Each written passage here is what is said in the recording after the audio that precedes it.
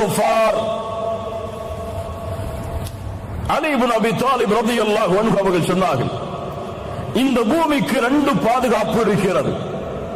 இந்த 2 பாதுகாப்பும் அகற்றப்பட்டால் இந்த பூமி அழிந்துவிடும். அதில் முதல் பாதுகாப்பு எம்மை விட்டு சென்று விட்டது. 2வது பாதுகாப்பு மறுமை வரை தொடர்ந்திருக்கும். யாருக்காவது தெரியுமா? நான் கேட்ட கேள்வி புரிஞ்சா இல்லையா? 2 பாதுகாப்பு, 2ம் சென்று விட்டால் உலகம் அழியும். ஒன்று எம்மை விட்டு சென்று விட்டது, இன்னொன்று எம்மோடு இருக்கிறது மறுமை வரை.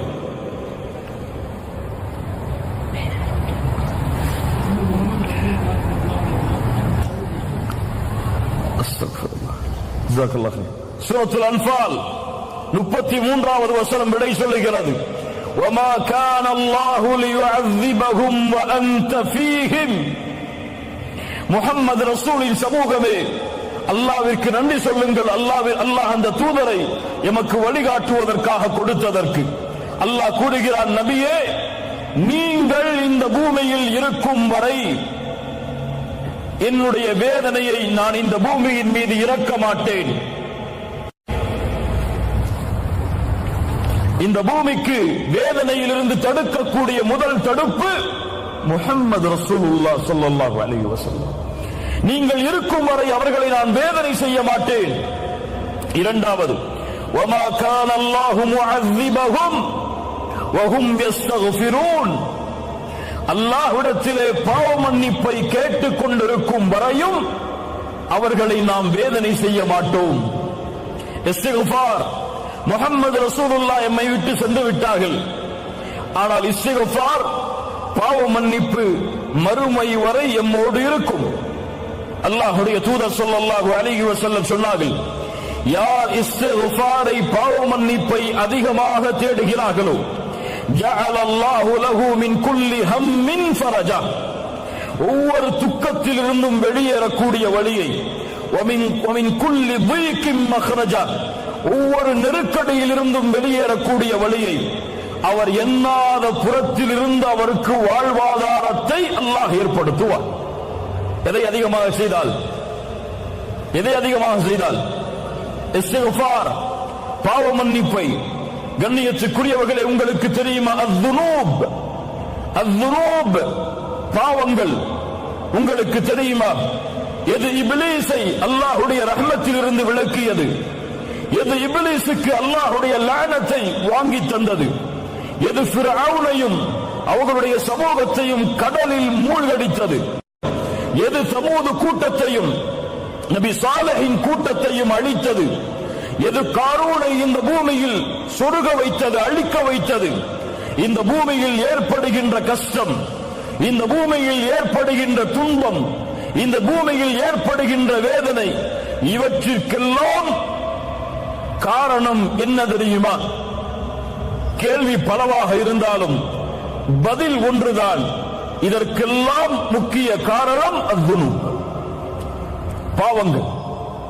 இந்த பூமியில் எந்த ஒரு சோதனையும் விழுவதில்லை, இந்த பூமி பாவத்தால் நிரம்புவதாலே தவிர. அல்லாஹ் ரப்புல் ஆலமீன் கூறுகிறான், சூரத்துர் ரூம் 41வது வசனம், ظهر الفساد في البر والبحر بما كسبت ايدي الناس. கடலிலும் நிலத்திலும் குழப்பங்கள் பரவுகிறது. ஏன்? மனிதர்களுடைய கரங்கள் சம்பாதித்த பாவத்தால். சூரத்து ஷூரா 30வது வசனம், وما اصابكم من مصيبه فبما كسبت ايديكم. எந்த ஒரு சோதனைகளும் உங்களை சூழ்வதில்லை, உங்களுடைய கரங்கள் சம்பாதிக்கும் பாவங்களாலே தவிர. சூரத்துல் அன்ஆம் 146வது வசனம், ذلك جزيناهم ببغيهم يعني اي ظلمهم. அவர்களுடைய அநியாயத்தின் காரணத்தாலே அல்லாஹ் இந்த வேதனையை கூலியாக கொடுத்தான். சூரத்துல் ஆல இம்ரான் 11வது வசனம், فاخذهم الله بذنوبهم. அவர்களுடைய பாவங்களாலே அல்லாஹ் அவர்களை பிடித்தான். அல்லாஹ்வுடைய தூதர் ஸல்லல்லாஹு அலைஹி வஸல்லம் சொன்னார்கள், உணவின் விரிப்பை நோக்கி பசித்தவன் எப்படி பாய்வானோ அது போன்று எதிரிகள் என் சமூகத்தை நோக்கி பாய்வார்கள். அல்லாஹ்வுடைய தூதரே, அந்த நேரத்தில் நாங்கள் குறைவான எண்ணிக்கையில் இருப்போமா? அல்லாஹ்வுடைய தூதர் சொன்னார்கள், இல்லை, ஒருபோதும் இல்லை. பல் அன்தும் யௌமைதின் கஸீர் கஸீர், அதிகமான எண்ணிக்கையில் இருப்பீர்கள். ஆற்றில் வெள்ளப்பெருக்கத்திலே வரக்கூடிய நுரையை போன்று உங்களுடைய எண்ணிக்கை இருக்கும். என்ன அர்த்தம்? எண்ணிக்கை எல்லாம் கோடான கோடி. உலகத்தின் இரண்டாவது தரமுடைய மக்கள், எந்த நாட்டிலும் முதல் தரம், அவ்வளவு உலகத்தின் மெஜாரிட்டி. ஆனால் ஆற்றின் வெள்ளப்பெருக்கத்தில் வரக்கூடிய நுரைக்கு என்ன மதிப்போ அதுதான் அந்த எண்ணிக்கைக்கு மதிப்பு. ஏன் அல்லாஹ்வுடைய தூதரே? மேலும் சொன்னார்கள், அல்லாஹ் எதிரிகளுடைய பயத்தை, உங்களுடைய எதிரிகளுடைய உள்ளத்திலிருந்து உங்கள் மீதுள்ள பயத்தை அல்லாஹ் எடுத்து உங்களுடைய உள்ளத்தில் அல்லாஹ் வகனை சாட்டுவான். ஏன் இதுவெல்லாம் ஏன் நடக்கிறது? என்ன காரணம்? அல்லாஹ் விரும்பியதால் நடக்கிறதா? இல்லை. ஹுப்புத் துன்யா வ கராஹியத்துல் மௌத், உலக ஆசை, மரணத்தை வெறுக்கக்கூடிய தன்மை, இந்த இரண்டும் பெருகிவிடும் என்று அல்லாஹ்வுடைய தூதர் ஸல்லல்லாஹு அலைஹி வஸல்லம் சொன்னார்கள். ஆம், இதுவெல்லாம் எதை சொல்கிறது? இந்த பூமியில் பாவங்கள் நிலையாக இருப்பதால் தான் அல்லாஹ்வுடைய சோதனையும் வேதனையும் வருகிறது. இது ஒட்டுமொத்த சமூகத்திற்கும் தனிப்பட்ட மனிதருக்கும் சரி. ஆனால் கேள்வி கேட்கலாம், பலர் பாவம் செய்கிறார்கள், ஆனால் அவர்களுக்கெல்லாம் அருட்கொடைகள் கொட்டு என்று கொட்டுகிறது. பாவம் செய்யக்கூடிய மனிதன் செல்வத்தில் அதிகரிக்கிறான். பாவம் செய்யக்கூடிய மனிதனுக்கு உலகத்திலே மாடான மாளிகைகள் எப்படி கிடைக்கிறது? பாவம் செய்தால் தண்டனை உண்டென்றால் ஏன் இப்படி நடக்கிறது? அல்லாஹ்வுடைய தூதர் ஸல்லல்லாஹு அலைஹி வஸல்லம் அதற்கும் பதில் சொன்னார்கள்.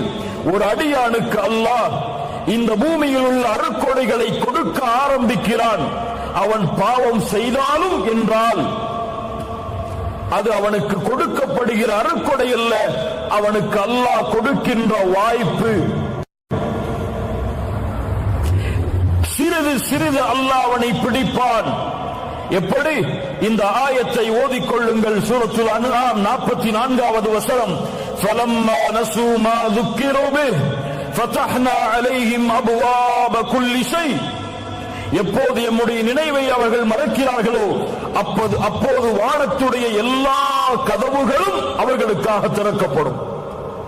அல்லாஹ்வை மறந்தால் வானத்துடைய கதவுகள் திறக்கப்பட்ட அருட்கொடைகள் கொட்டும். ஆனால் ஹத்தா இதா ஃபரிஹூ பிமா ஊது, அல்லாஹ் கொடுத்ததை கொண்டு அவர்கள் நிம்மதியோடு வாழ்ந்து கொண்டிருக்கும் பொழுது அஹத்னாஹும் பக்தா, திடீரென அல்லாஹ் அவர்களை பிடித்து விடுவான். அதற்கு பிறகு நஷ்டவாதிகளாக அவர்கள் மாறிவிடுவார்கள்.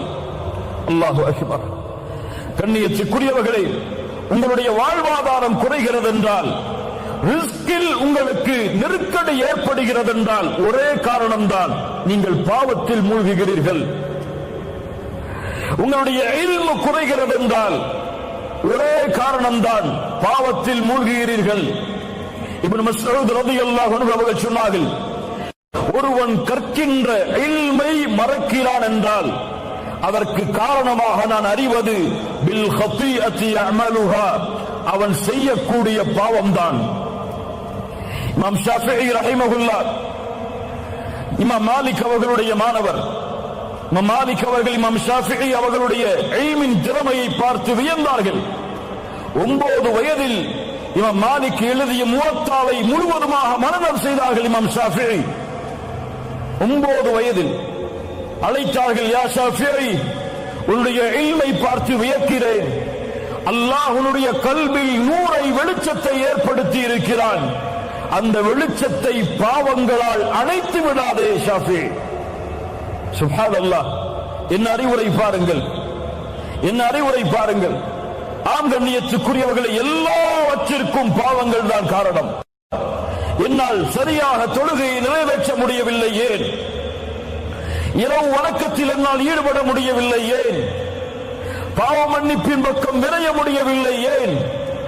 அல்லாஹ்வை அதிகமாக நினைவு கூற முடியவில்லை, ஏன்? பொய்களை புறங்களை பேசுவதை விட்டு விலக முடியவில்லை, ஏன்? உறவுகளை சேர்த்து வாழ்வதை விட்டு பெற்றோர்களுக்கு பணிவிடை செய்வதில் என்னால் நெருங்க முடியவில்லை ஏன்? அதிகமாக அல்லாஹ்வுடைய பாதையில் என்னால் கொடுக்க முடியவில்லை ஏன்? கேள்விகள் பல தொடர்கிறது. தொழுகையில் நின்றால் ஈடுபாடு இல்லை, அல்லாஹ்வுடைய பாதைக்காக உழைத்தால் முழுமை இல்லை, எந்த வழியில் சென்றாலும் நிம்மதி இல்லை ஏன்? அலி இப்னு அபி தாலிப் அவர்களிடத்தில் ஒரு மனிதர் வந்து கேட்டார், யா அலி, ஹுர்ரிம்து மினஸ் ஸலாத்தி பில்-லைல், இரவுடைய வணக்கத்திலிருந்து தூரமாகிறேன், தடுக்கப்படுகிறேன், ஆனால் காரணம் தெரியவில்லை அலியே. ஏன் இரவு வணக்கத்தை என்னால் தொழ முடியவில்லை? அலாரம் வைக்கிறேன், மனைவி எழும்படி என்னை எழுப்பிவிடு என்று கூறுகிறேன், எல்லா வசதிகளையும் ஏற்படுத்துகிறேன், ஆனால் இரவு வணக்கத்தில் ஈடுபட முடியவில்லை அலி ஏன்? அலி அவர்கள் சொன்னார்கள், அந்த ரஜுலுன் கது கையதத்க துனூபுக், நீ பாவங்களால் பிணைக்கப்பட்ட கட்டப்பட்ட மனிதனாக இருக்கிறாய். தொழுகையை சரியாக தொழ முடியவில்லையா? முயற்சி எடுத்தும் உங்களிடத்திலே பாவங்கள் இருக்கிறது. அல்லாஹ்வை முழு மனதோடு அழைக்க முடியவில்லையா? உங்களிடத்திலே பாவங்கள் இருக்கிறது. இரவு வணக்கத்திலே ஈடுபட முடியவில்லையா? உங்களிடத்திலே பாவங்கள் இருக்கிறது. நன்மையில் முன்னேற முடியவில்லையா? உங்களிடத்திலே பாவங்கள் இருக்கிறது. இதிலிருந்து நீங்கள் தௌபா செய்து விலகாமல் எந்த ஒரு சோதனையும் உங்களிடமிருந்து நீங்கள் நீக்க முடியாது. நபி நூஹ் அதைத்தான் சொன்னார் சமூகத்திற்கு. சூரத்து நூஹ், நபி நூஹ் சொன்னார்கள், ஃபகுல்து இஸ்தக்ஃபிரு ரப்பக்கும் இன்னஹு கான கஃபாரா. நபி நூஹ் தம் சமூகத்திற்கு சொன்னார், இஸ்தக்ஃபிரு ரப்பக்கும், ரப்பிடத்திலே மன்னிப்பை தேடுங்கள், அவன் மன்னிக்க கூடியவனாக இருக்கிறான். யுர்சிலிஸ் ஸமாஅ அலைக்கும் மித்ராரா, மலைகளை அவன் தொடர்ச்சியாக ஏற்படுத்துவான். அவனிடத்திலே பாவ மன்னிப்பை தேடுங்கள். உலகத்தில் செல்வத்தாலும் குழந்தைகளாலும் இந்த உலகத்தின் தோட்டங்களாலும் அதில் ஓடக்கூடிய ஆறுகளாலும் அல்லாஹ் உங்களுக்கு உதவி செய்வான், ஏற்படுத்துவான். அல்லாஹ்விடத்திலே மன்னிப்பை தேடுங்கள் என்று நூஹ் அலைஹிஸ்ஸலாத்து வஸ்ஸலாம் அவர்கள் சொன்னார்கள்.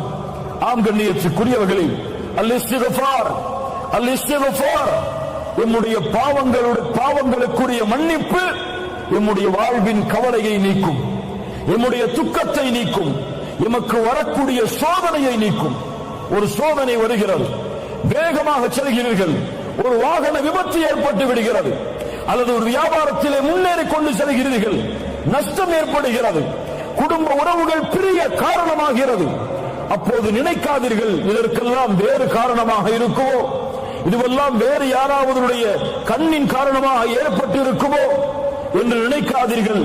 நீங்கள் நினைக்கக்கூடிய முதல் நினைப்பு, என்ன பாவம் செய்தேன் நான், எந்த பாவம் என்னிடத்திலே இருக்கிறது, நான் சோதிக்கப்படுகிறேனே, என்ன பாவத்திற்கு நம்மிடத்திலே மன்னிப்பை தேட மறந்துவிட்டேன், அதை நினைவு கூர்ந்து மன்னிப்பை தேடுங்கள். என் வாழ்வில் நடந்த ஒரு செய்தி. இந்த நாட்டிலே ஒரு வாகனத்திலே நான் சென்று கொண்டிருக்கும் பொழுது ஒரு பெண் என்னுடைய வாகனத்திலே மோதிவிட்டாள். மோதிய பிறகு என்னுடைய வாகனம் அதிகமாக பாதிக்கப்படுகிறது. அந்த பெண் இறங்கி வருகிறார்கள், மன்னிப்பு கேட்கிறாள். அப்போது என் கணவன் வரட்டும், இருவரும் சேர்ந்து நாம் போலீஸ் ஸ்டேஷனுக்கு போவோம் அப்படின்னு சொல்லி அந்த பெண் சொல்றான். வெயிட் பண்றோம். அவங்களுடைய கணவன் வர்றார். மாஷா அல்லாஹ், அல்லாஹ் அவருக்கு அருள் செய்யட்டும். வந்து பார்த்தார் யாரின் மீது தவறு என்று. உணர்ந்து கொண்டால் தன் மனைவியின் பக்கம் தான் தவறு என்று ஒரே வார்த்தை தான் சொன்னார். நீ ஏதோ பாவம் செய்திருக்கிறாய், செல் 2 ரக்காத் தொழு, அல்லாஹ்விடத்திலே மன்னிப்பு தேடு, அதற்கு பிறகு நாம் காவல் நிலையத்திற்கு செல்லுவோம். அல்லாஹு அக்பர். அந்த பெண் சொன்னால் பரவாயில்லை, நாம் சென்று விட்டு வந்து தொழுது மன்னிப்பை தேடுவோம். இல்லை இல்லை இல்லை, இதற்கு காரணம் நாம் செய்கின்ற பாவமாகத்தான் இருக்கும். செல், தொழுது விட்டு வா, அதற்கு பிறகு போவோம். அல்லாஹு அக்பர். இப்படிப்பட்ட மனிதர்கள் இந்த பூமியிலும் வாழ்கிறார்கள். ஆம் கண்ணியத்துக்குரியவர்களே, இந்த நிகழ்வும் இது போன்ற நிகழ்வுகளும் நம்முடைய வாழ்வில் ஏற்பட்டால் முதலாவது நினையுங்கள், எந்த பாவம் என்னிடத்தில் இருக்கிறது. சரியாக தொழுகிறேனா, சரியாக ஜக்காத்தை கொடுத்தேனா, ஹஜ்ஜி கடமையாக ஹஜ்ஜி செய்தேனா, புறம் பேசுகிறேனா, பொய் பேசுகிறேனா, பெற்றோர்களுக்கு மாறு செய்தேனா, மனைவிக்கு நோவினை செய்தேனா, பிள்ளைகளுக்கு நோவினை செய்தேனா, என் ரப்பை நினைவு கூட மறந்தேனா, என் ரப்புடைய தொடர்பில் துண்டித்து இருக்கிறேனா, இந்த பாவத்தை விட்டு நீங்கினால்தான் என் சோதனை அகலும் என்று நினைத்தால் அல்லாஹ் ரப்புல் ஆலமீன் அந்த பாவ மன்னிப்பில் நம்முடைய வாழ்வின் கவலைகளை, பிரச்சனைகளை நீக்குவான்.